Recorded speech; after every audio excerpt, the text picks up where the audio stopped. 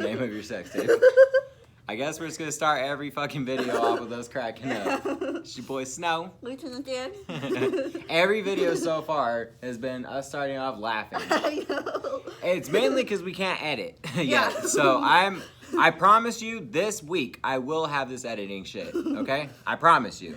But now you're gonna have to deal with rough intros and even rougher outros, as last night proved. Yeah. Last night was fucking wild. Yeah, so the reason we had to shut it down so short is I stood up, walked over to the door of the shop, and that sound that we heard, we thought it was somebody screaming. Yeah, it sounded like someone fucking just like screaming. Repeatedly screaming. Like, so ah! I was gonna open the door and be like, bitch, like, fucking get over it or move on. Like, die or get over it. Like, whatever you're doing, shut it down. Oh, be quiet at least. As Fuck. soon as I opened the shop door, it was an alarm going off. So exactly diagonal from the shop. Like, if I walk out the front door, there's a bank right there. Somebody was trying to rob the bank last night at 5 a.m. Yeah. Like, hi, 1912 called and they want their fucking crime back. Who still robs a bank? You ain't getting shit from a bank. Just shoot Suggins in the side of the building. Yeah, just sign your name.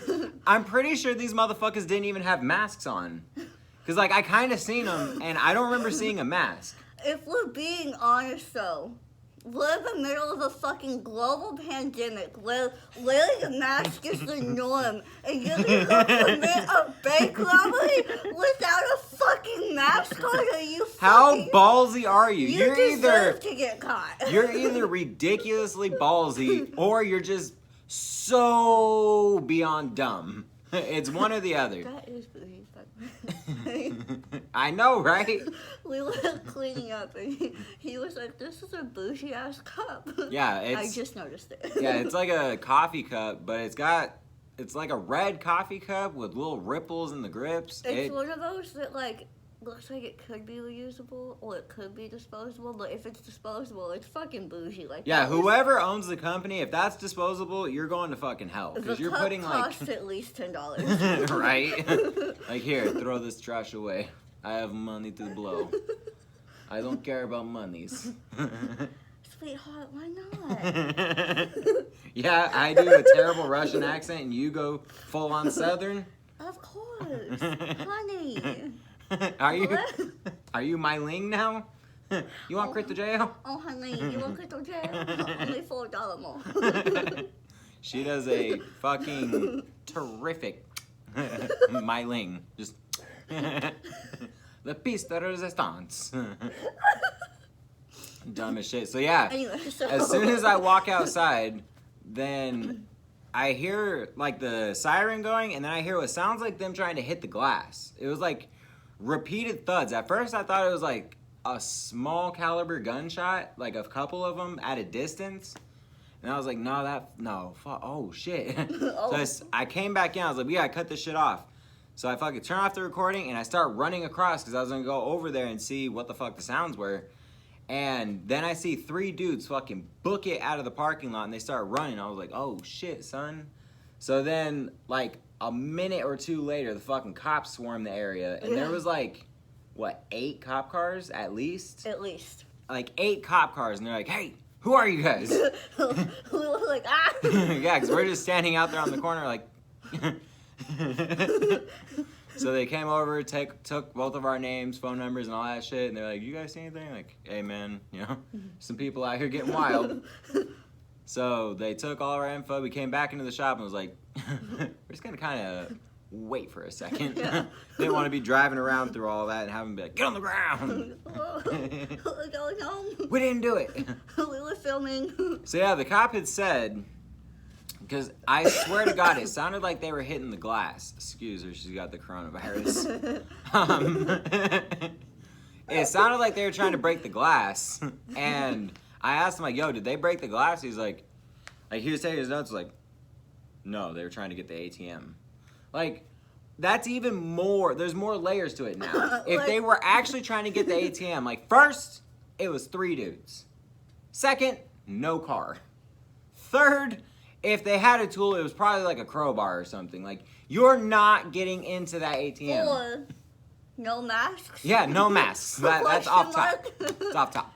They're 5. like, hey, dog, we don't need no masks. The money's, I don't know if I learned this last night from him, but I don't know if you guys know this. The money's not stored in the ATM. It's underground. So I don't know what you think you're trying to get out of stealing the ATM from the fucking wall.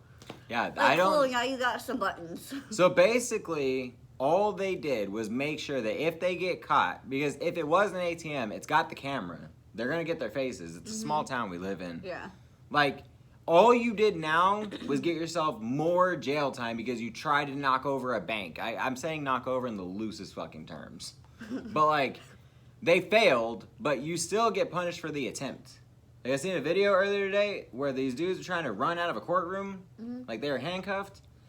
One of them got down to the first flight of stairs, like, of a third-story building. He got all the way down to the first story. They caught him, tacked on top of all of his other charges, fleeing in the second degree, and another one. Attempted fleeing. Yeah. And then the other guy got like 2 blocks down the road and he just like stopped and was like, what the fuck am I doing? Like, first off, if you left and you got all the way a couple blocks down the road, keep going, bud. What? You've made it this far. Yeah. Why the fuck are you stopping? It's the same charge if you keep going as if you just stop and turn yourself in. It's Yeah. the same thing. So if you went this far, If you go got all the way. out, Fucking keep going, bud. just a thought. Yeah. So they both got caught, and now they're doing, like, they would have already been out for their original charges they were there for. They would have already gotten out whenever they did this interview, but they're still going to be in there for like an extra 8 months because they fucking fled. So, Dumbass. like, Dumbass. you're a dumbass, dumbass, dumbass. So yeah, these dudes, if they get caught, then it's like, oh, you tried to rob a bank. Like, now you're getting all these extra charges, Yeah. even though they failed. Fucking dummies. Dummies. If you're gonna break the law, be smart. Yeah. So I fucking had time to review that Mike Tyson fight. Tyson? I'm kind of bummed out. I'm going to say this. I feel that I was right, and everybody else feels that Mike Tyson won. I feel that Mike Tyson won. Everybody, even Bean, whenever she was watching it, everybody, I think she was at like a bar watching it or something, and everybody there was like, yo, he won. I feel like Roy Jones Jr. was like, dude, you know, he fucking won. His punches hurt. Like, he won, but they called it a draw, which I get. It was just an exhibition fight. They both came out of retirement. I feel like they're going to try and line it up for 2 for a second fight. Roy Jones Jr. did not seem like he wanted that smoke. He did not. Going into it, he was like, hey, you know, Mike's going to catch these hands, and he don't want it. Coming out of it, he was He like, did not have that same energy. Mike did not touch these hands, and I did not want it. He was like, man, they hurt. Oh, they hurt. I'm going to have to check with my family, and if my family says it's all right, then we'll go for round 2. Yeah. Like, Tyson came out strong. Roy Jones, he did his fucking thing. He put it down. He got some solid shots in, but Tyson, man. And Tyson was a good fucking sport, too. Which is so dope. Like, if you guys don't watch boxing, if you didn't watch Tyson in his prime, Tyson was a whole different animal. Like, that motherfucker came out and just wanted to wreck you. Like, he thinks different. Whenever he talked about getting back into this fight, you want to know what he said? This dude said, they were like, why do you want to go back in the ring? And he said, the gods of war are calling me, and they said it's time to go back into battle. Like, that's how Tyson thinks. This motherfucker, on a regular-ass day, on like a Sunday, is just chilling. They're like, hey, man, what do you think about fighting? He's like, yo, the gods of war, they called and said it's time to ride back into battle.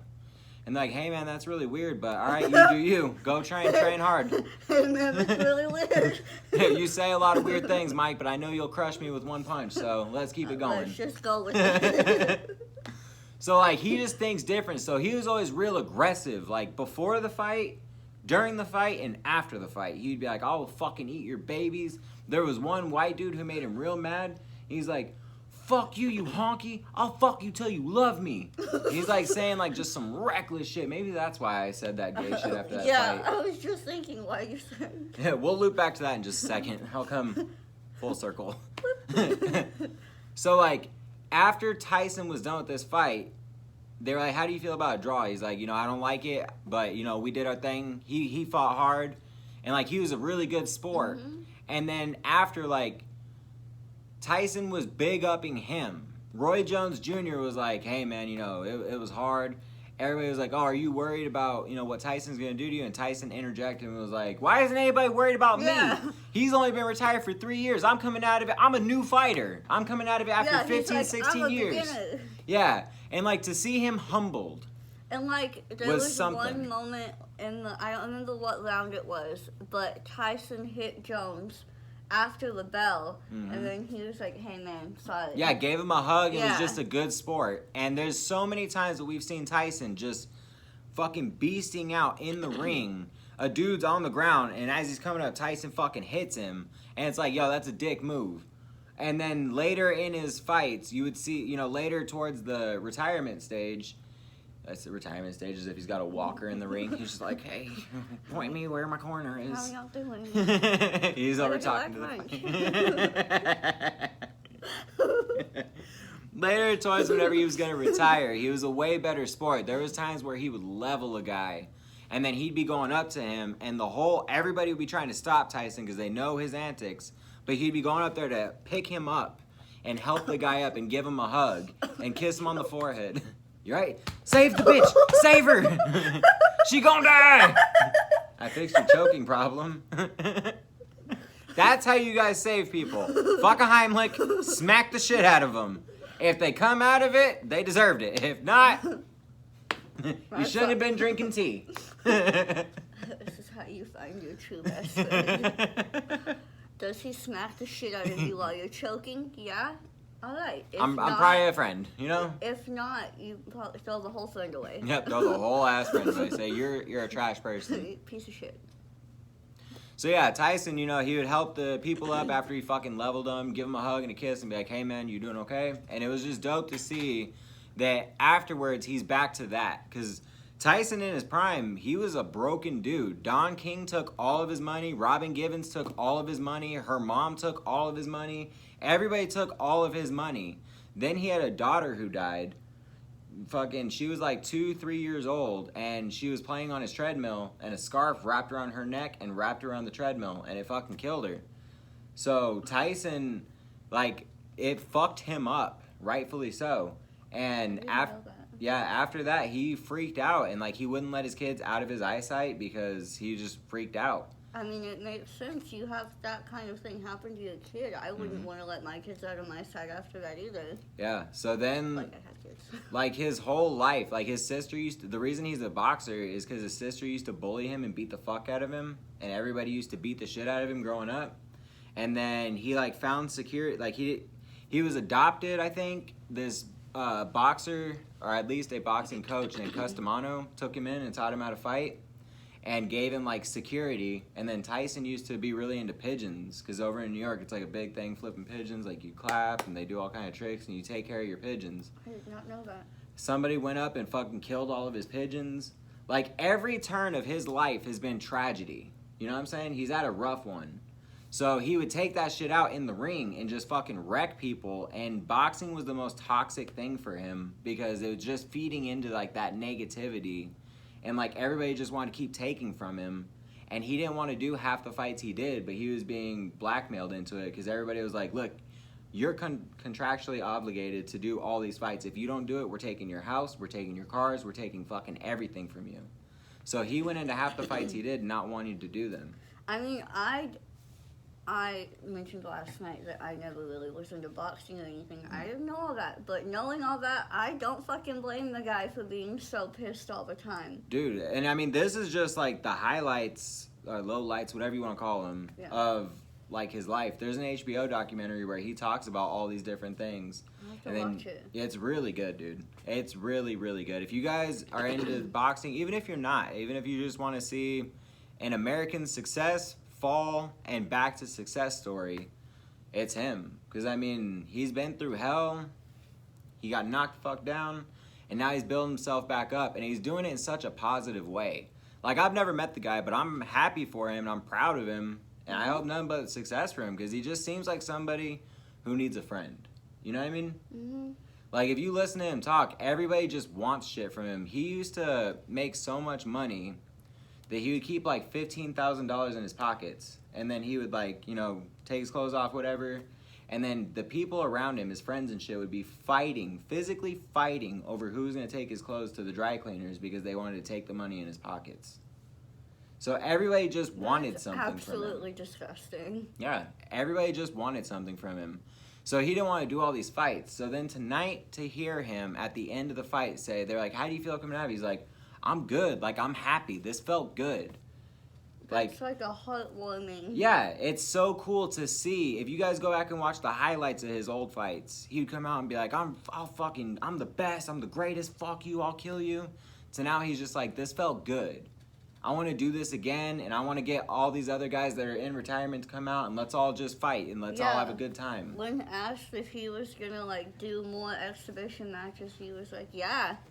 Like, yeah, of course, yeah. I'm not done. He just said he felt good about it. Yeah. So it was really cool to see somebody who was so broken before, who's really, through the help of his wife and kids and, you know, good people around him, has really just fucking got it back together. He does a podcast called Hot Boxing with Mike, and it's really fucking cool. You get to see all kind of different people on there. The last one I watched was with Michael Franzese. Michael Franzese used to be in the Mafia. He's one of, like, the only dudes to make it out of the Mafia and still be alive without ratting on everybody. So it's pretty cool. That's interesting. I'll have to check it out. I got really interested all of a sudden. I'm a real big boxing fan and a big Mike Tyson fan. My whole life, watched Mike Tyson fighting. I have one person I can talk about the way you just talked about Mike Tyson, but am I allowed to do it?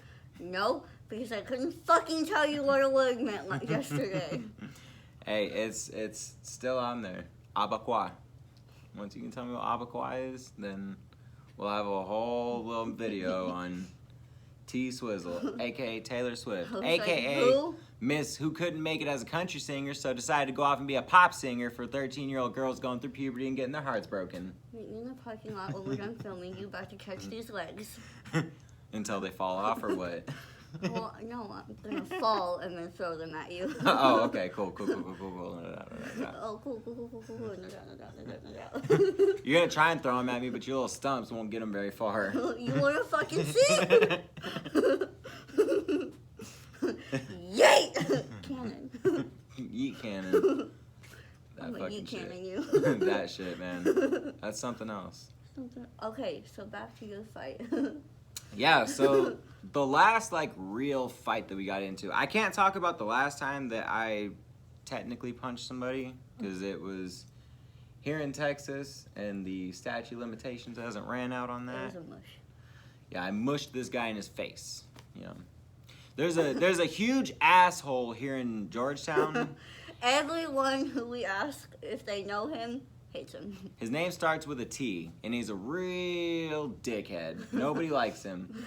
Nobody. So he acted like he wanted this smoke. He got his face mushed, open hand mush, and he realized he didn't want that smoke. So, yeah, we'll get into that another time after I don't have to worry about that legally. I'm legally blind.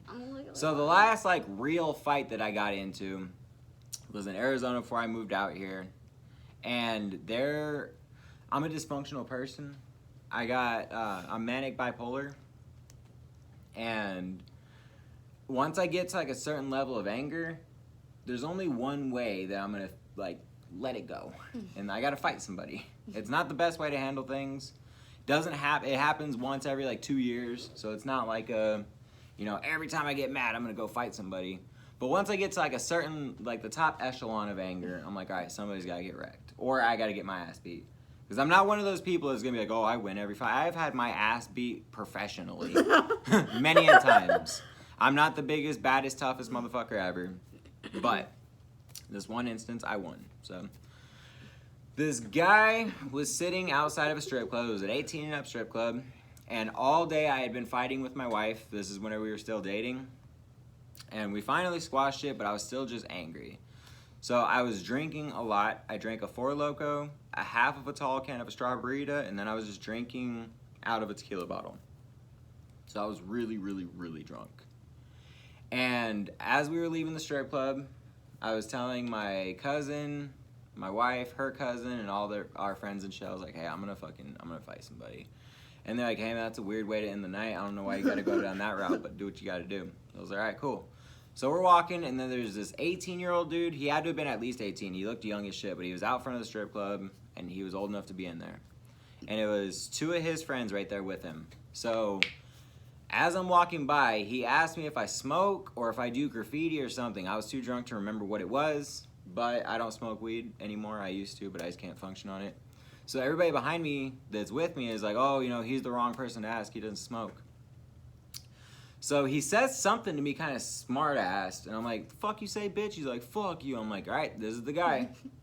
So, like, I walk up, and I shove his 2 friends out of the way, and I'm wearing, like, my jacket, 2 chains, baggy-ass clothes. I didn't take anything off. I just run up and fucking hit him in the face, and then he turns around and goes to, like, jump over a railing. So I catch him. I catch this dude by the shoulder, and I'm like standing on my tippy toes, and I'm hitting this dude in the side of the head, like all right here in his ear, and I'm rocking this dude. So if you look from behind us, I got a dude bent over a rail on my tippy toes. I'm holding onto his shoulder, and we're viciously moving. So it doesn't look good. You know what I mean? Like, best case scenario, we're getting busy. Worst case, it's a fight. It was a fight, but it looked bad from behind. So as we're walking away, he's like, yeah, you better walk away, pussy. And I was like, I just fucked you in your ass, bitch. And everybody with me is like, whoa, the fuck did he just say? Like it was cool. Like, I was fucking this dude up, beating his ass. His friends didn't want it. His friends let him get dry fucked all over a strip club parking lot. Friends anymore. Oh, hell no, dude. If I'm with my friends and they let a guy half my size walk up to me, punch me in the face, bend me over a railing, lump up the side of my fucking head, and then walk away and say he just basically sodomized me, and you didn't do anything about it, you're dying. That's off the top, I'm stabbing you. I'm stabbing you, and then I'm stabbing myself. I'm stabbing myself first, and then you. All right? Everybody's getting poked the fuck up. So I walk away, I like twinkle toe away. I run away on my tippy toes because I'm all happy. I'm like, yeah, bitch. And my friend's like, dude, you said the weirdest shit right there, though. Like, are you okay? Was your dick out? These are things we need to know. And I was like, I killed a moment, you know? Like, that was one of my cool moments. I fucked it up with my mouth. Pause. It was something else. And then the last fight I got into before that, I got into 2 fights in 1 month. What's that? The dude that spilled the drink on my wife. Yeah, so we had gone out to a club. We gone out to a club. This fight had happened like 2 to 3 weeks before the I just fucked you in the ass moment.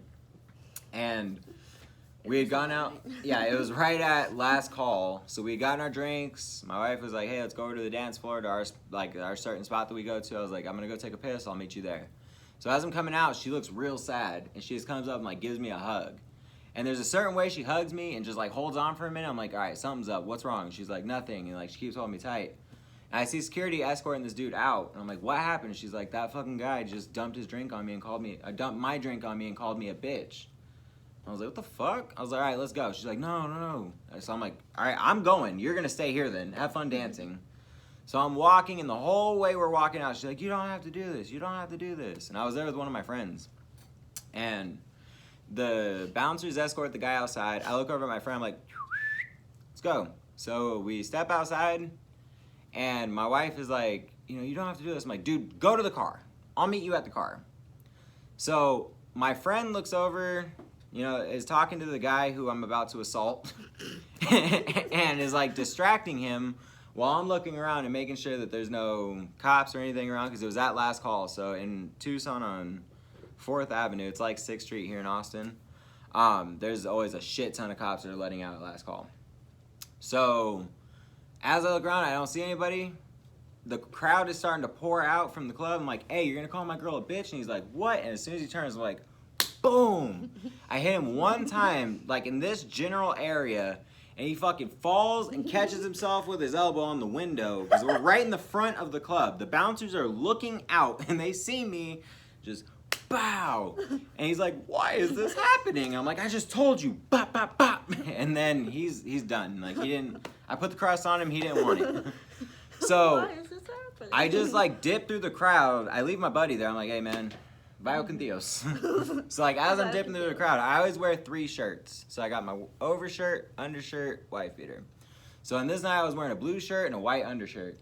So as I'm ducking through the crowd, I take off my blue shirt and tuck it on the inside of my pants so you don't see that, and I pop out on the other side in a white t-shirt, and I just like start casually walking across the street. Nobody's trying to stop me. So I get about a block up the road and I just fucking sprint to my car. I get back to the car before my wife does. And she's like, what happened? I'm like, you know what happened. Let's get in the car, go. Took off. You know what happened. So those were the last 2 like real fights that I got into. I don't fight.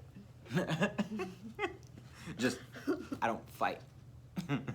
I wonder why. Not for me. Edward Bowling Ball, or hands over here. I'm learning. As you're throwing them like a mantis shrimp, you're just like, I came in like a wrecking ball.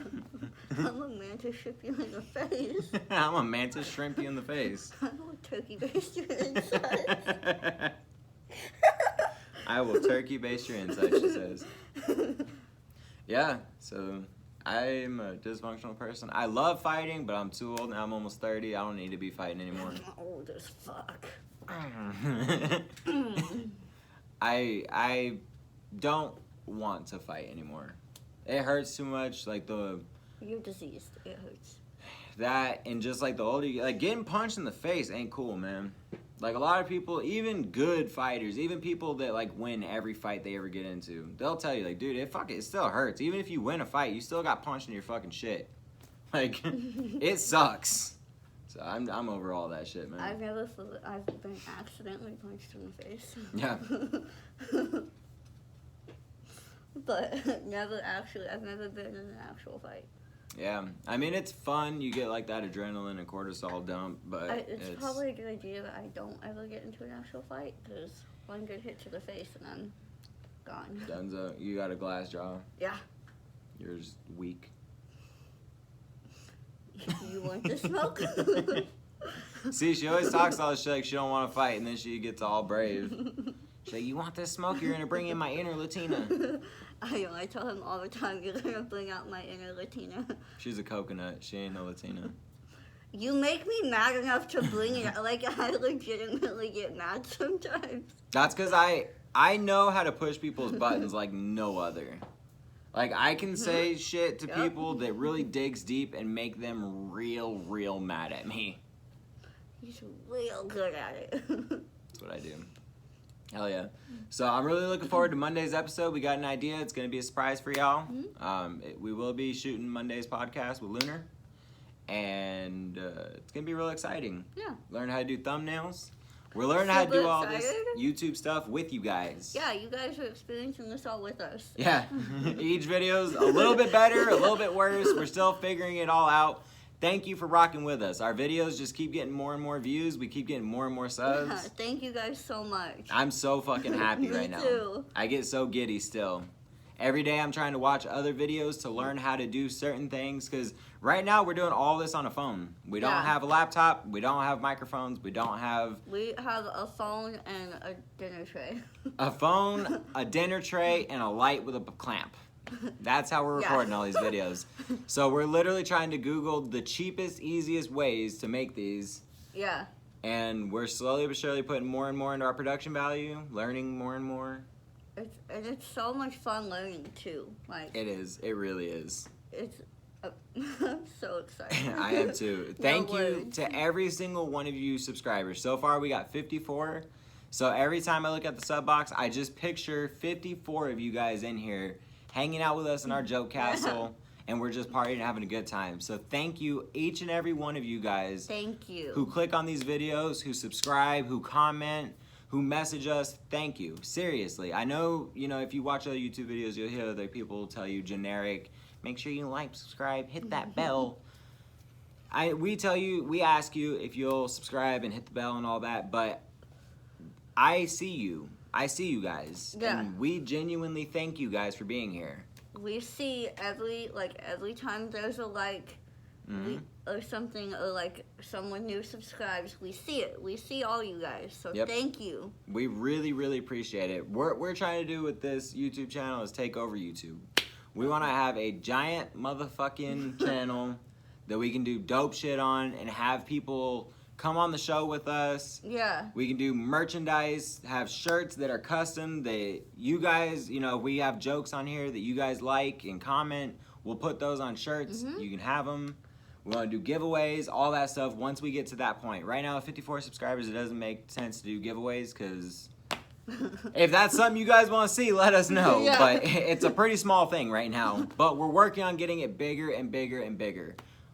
I'm very ambitious about this. I am too. I know you are. We're not giving up. Oh, hell no. Even if we're the only ones that watch our damn videos, we're going to keep cranking these out and putting more and more into them. Within this week, I'm getting editing software, and we're going to make these look as best as we possibly can right now with our very limited, dumb fucking brains. And we're going to make this something special. And as generic as it might sound, I really want all of you guys to be there with us for it. I really do. I want you guys and more. You guys are the OGs. Yeah, you guys are the OGs. Y'all are the original subscribers. Know this, okay? Whenever we have 1,000 subscribers, whenever we have 10,000 subscribers, 1,000,000 subscribers, just know you guys were here first. You were here first. You guys are the ones that took us to that 1,000, 10,000, 100,000 mile. You got us to those milestones. So this is something that we're all going to celebrate together. So if you guys have a certain episode, a certain video, something like that you guys thought was funny, think of in your life people that might appreciate that. We all know somebody who's got like an edgy sense of humor or like an off sense of humor. Send them the link. They might like it, they might not. But hey, it gets the word out there and it helps us out in making more videos. It helps us get more of an audience that we can have more of a broad interaction with. Yeah. And as always, please comment. We like to hear from you guys. We do. So I really appreciate y'all. Thank you for coming to our joke castle. It's a lot of fun. Been a lot of fun. Been a couple goofs, couple gaffs. Couple laughs. Couple shits. Couple giggles. Couple shits and giggles. Shits and giggles. Well, we're going to sign off, guys. We will see you on Monday. See you on Monday. Hasta la pasta. Hasta la pasta.